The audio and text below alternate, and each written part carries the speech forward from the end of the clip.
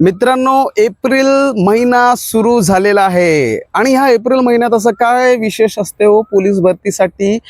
तर मित्रांनो, ज्यांची कागदपत्र संपलेली आहेत ती या वर्षात काढायची असते. आलं का लक्षात? म्हणजेच आपलं जे कागदपत्राचे जे वर्ष असते ना, ते एप्रिल 2026 ते मार्च 2027 असं किमान 1 वर्षाचं तरी असते.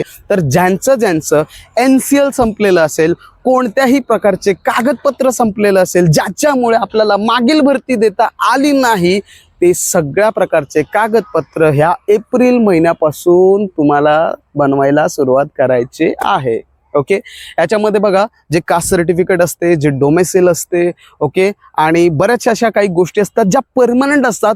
वन अँड लाईफ टाईम असं ते बनलं जाते. त्याला सारखं सारखं बनवायची गरज नसते. मग सारखं सारखं काय बनवायचं असते? तर सारखं सारखं तुम्हाला उत्पन्नाचा दाखला बनवायचा असतो. काही लोकांना रहिवासीचा दाखला लागतो, त्याची जी व्हॅलिडिटी असते ती 1च वर्ष असते, तर ती बनवायला लागते.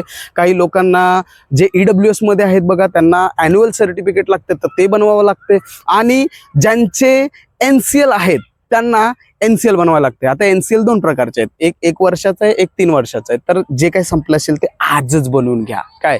आणि अशाच महत्त्वपूर्ण माहितीसाठी काय करायचं? आपलं डिअर पोलीस फॉलो करायचं. थँक्यू. जय हिंद.